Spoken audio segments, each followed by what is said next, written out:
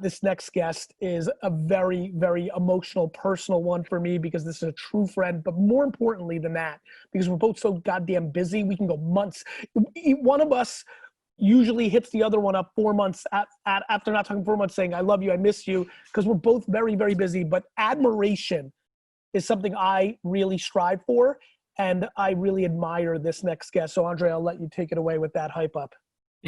Absolutely. We're so super fired up to have Shelley Zalis, a pioneer, a role model, and a mentor to me and to many in the industry. She's the real voice that we follow, and she continues to be the one that pushes us forward. She's the founder and CEO of the Female Quotient, which is committed to advancing gender equality in the workplace. Welcome, Shelley. Hey, Shelley. Oh my God. I'm so excited to be here, Gary V, with you. Andrea, thank you for such a great opening, but admiration, inspiration, partnership, true collaboration. Gary V, there is no better partner in the world than you. So thank you for all that you are doing. Shelley, listen, we're about to inspire an enormous amount of people, and specifically just an enormous amount of women that are watching this right now. Please tell everybody what the Female Quotient is. Like, this is one of the, by the way, for everybody who's watching, who's on now for the second week, last week we spoke about it with Gail Tippard and with Carolyn Everson.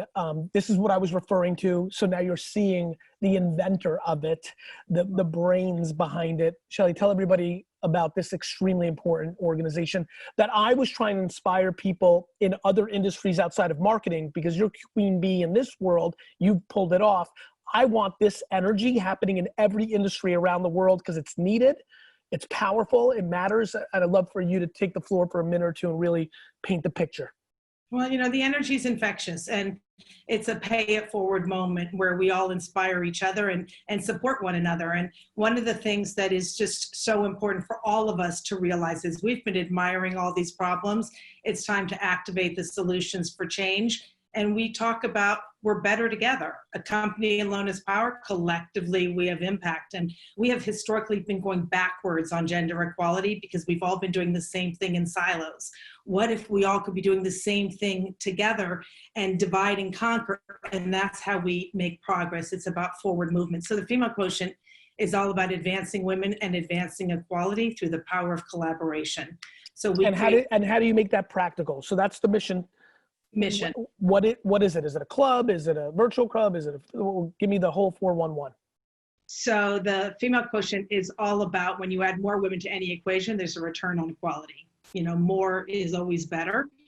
And we do that through pop-up experiences at big industry conferences. And of course, now we've pivoted completely to virtual, which we can talk about.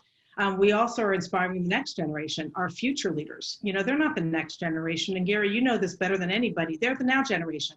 100%. This generation is active. They have purpose in their DNA, and they live with truth and transparency. That's what they care the most about. So how do we fill the pipeline, but also map the pathway for them to get to leadership levels? Because we know we start 50-50, we end at less than 17% in the C-suite. How do we create that pathway for success and get them past the messy middle, which is where most women fall out? And then we just launched, which I'm so excited about, and I can't wait to talk to you more about this later, a dinner series to unite the world through the power of women in over 100 countries. And that we have migrated completely virtual. And it is such a powerful, like you can feel this energy through the Zoom. You know, it's just 100%. powerful. Right? It's amazing.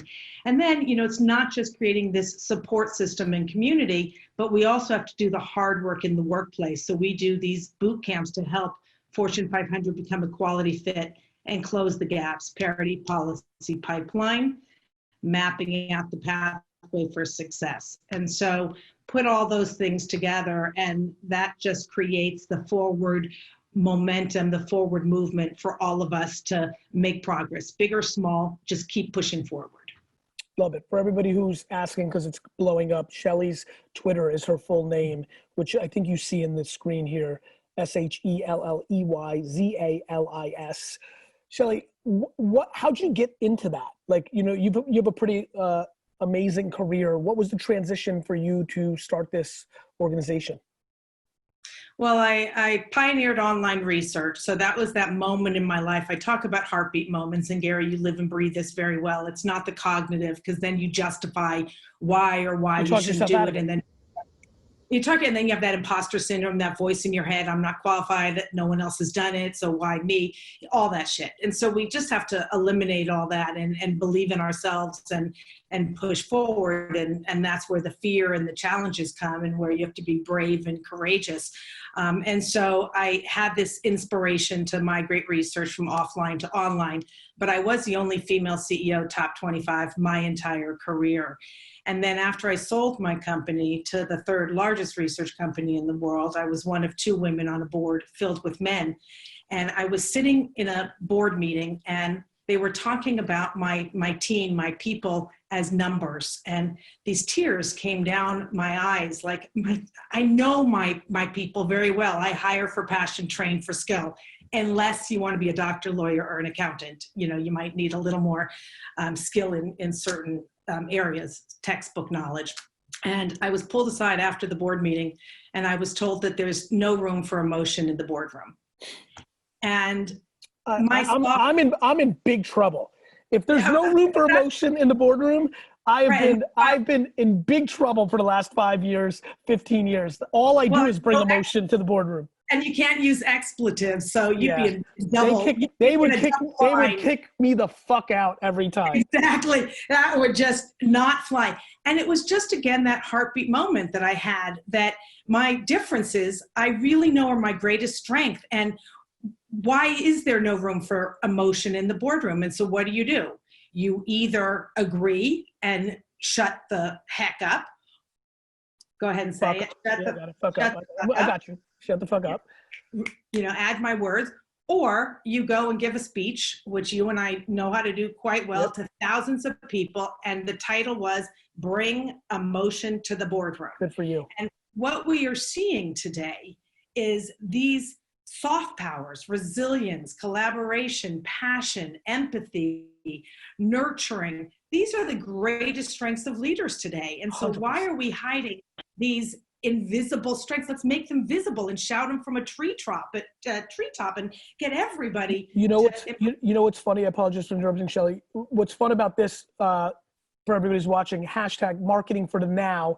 I have the back room while I'm doing my interview. So like Shelley's talking about emotional, like things that aren't black and white. And in the corner of my eye, I see Todd Kaplan, who VP of marketing at PepsiCo, who I'm just going to give him a nice compliment because it's just actually what I thought. And I want this to flow. Who's one of the more natural, creative leaders that we work with. A lot of times people that run businesses are making the judgment on creative, but they're actually just great operators. Creativity is just, Shelley, what you and I have about emotional intelligence, that's mommy and daddy having sex at the right moment and giving that to us. So is creativity, right? I mean, a lot of this is serendipity. And we put a huge, my biggest issue with the ad world is subjective creative decisions are heralded as a person can do that, and we make a lot of wrong calls because it's hard. Yet, to your point, kindness, empathy, other things that are gray, because that's gray. Being good at making a subjective creative call is as gray as it gets. Yeah. Yet, to your point, humanity, which let's just call it what it is, boys were taught, the boys that run a lot of companies say were taught to not be emotional by their mothers. Let there be no confusion. Boys that grew up in the 50s, 60s, 70s were taught that boys don't cry. You don't show emotion. They were, all their EQ was forced out of them by culture.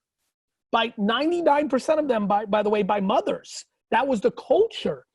So, this is about really looking at this in a 360. To that point, me making that point, the thing I admired so much about the Female Quotient is when we started becoming friends, I'm like, I want to be a big factor in this. And you're like, yes, this isn't an organization that has kept out the guys. I've been on many panels at Cannes and other places that you've thrown events where, I've been very proud to be, we're on the boys panel, but like, I love that. Like, I love when I'm on the boys panel because I'm so tired of going to conferences where it's the girls panel or the diverse panel. We need so much more integration.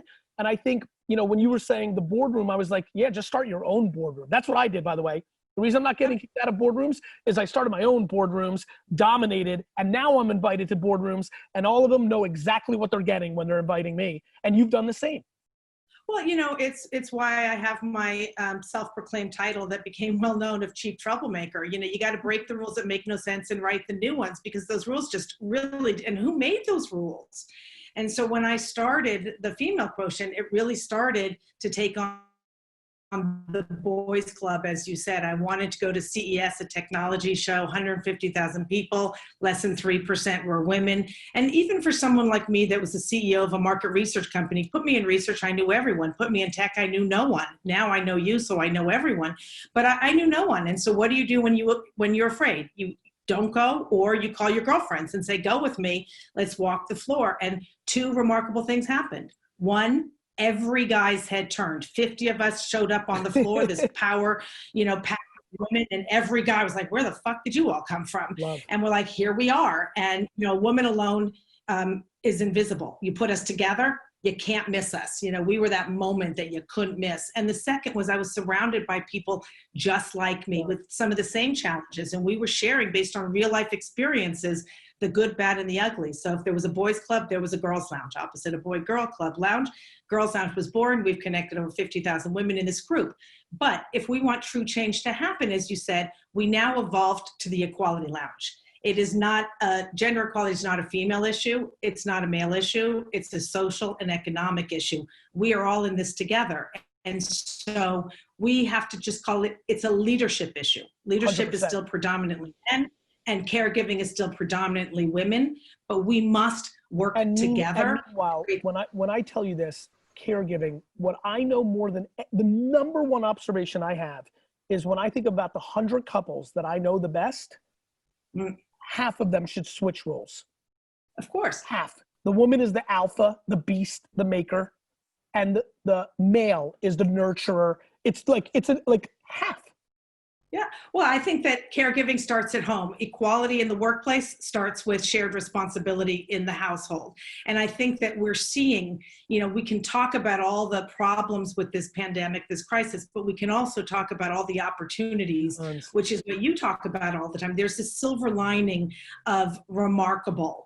And, you know, we can't be looking back at what was and what isn't. You know, when we talk about this new normal, or, you know, we're all waiting and watching for what the hell no. Let's create a better normal, and let's get rid of the junk in the trunk that we didn't like. This is our moment. You know, Tariq brought that up so brilliantly. This is our moment to take what we want, close that door, open a new one of equal opportunity, equal pay, you know, equal everything. And that starts with what we are experiencing together in our households. I'm not letting you leave. I'm not letting you leave without talking to me about the women's championship WWE belt behind you over your shoulder.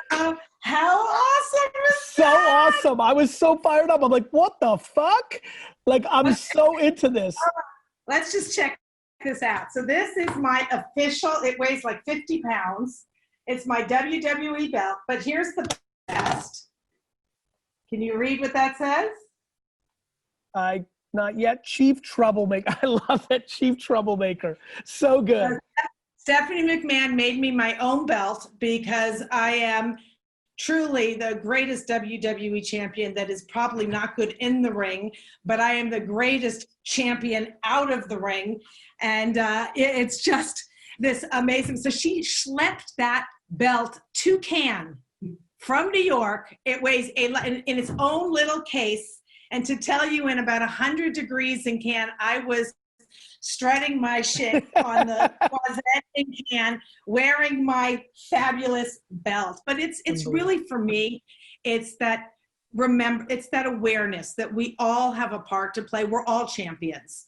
You know, I see Kory with her superwoman, you know, background. Yep. We're all superheroes if we take that opportunity to fly. We all have the power to fly. If we choose to. We have to choose to not listen to the feedback. You know, it's like all that noise out there. You know what?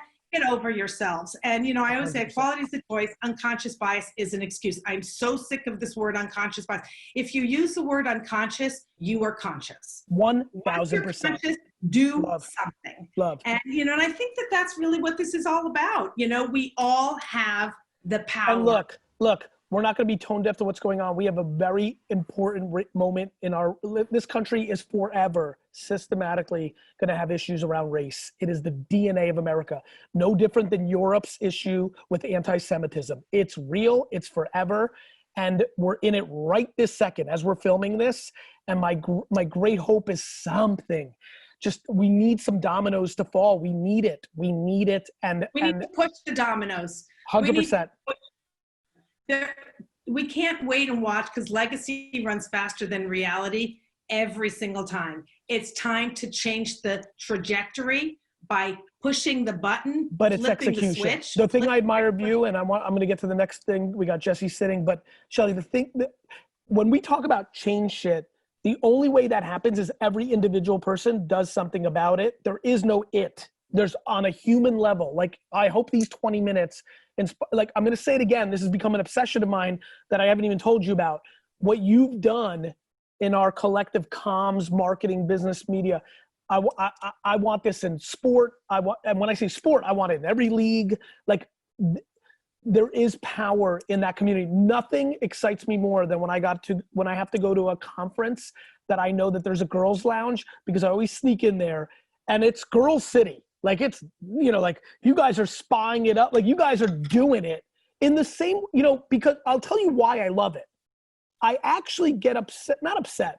I want people to be more thoughtful. We have so many women who I am friends, my friends, I'm invested in, like, will often say when there's like 6 guys together making a joke at not a bad joke, like talking about sports, that they'll make a reference in current culture of like, oh, look at this boys club, as if it's a negative. We got to be careful to not demonize guys doing their thing. And why I love the girls' lounge is you know, women, especially in your generation, overreacted to not being girly because that's what the fucking bullshit establishment did. So when I go into girls' lounge and it's fucking Girls City in there, the rosé's pouring, the nails are going, the hair, like, you're really doing it. But I also know that the 57 women that I just saw in that room are running shit out here. I get pumped. And the reason I want it, back to your point, the reason I want more girl crews is because we can't demonize guy crews or other crews. We need to build our own crews and have empathy for other crews and love our own crews. And I think that's what you've been able to accomplish, which makes it really, makes a much bigger impact. Everyone's pointing fingers and judging at things instead of doing something about it. Yeah, well, I think the most important is it's now an equality lounge and it's a leadership lounge for action. And so we have, just like you. So, but wait a minute. I know you're going to the equality lounge now. So there is, but I'm like sad. I need a girls' lounge to. Can you please still be? All the women are there with you, Gary. If you didn't show up, we would be awfully sad. And I just want you to know, I do accept your challenge. I will partner with you any day, anyhow, anywhere, to bring every industry, finance, marketing, media, technology, entrepreneurship to the table. This is what it will take to make the world a better place. I love you, Shelley. Take care. Stay well. Talk to you soon.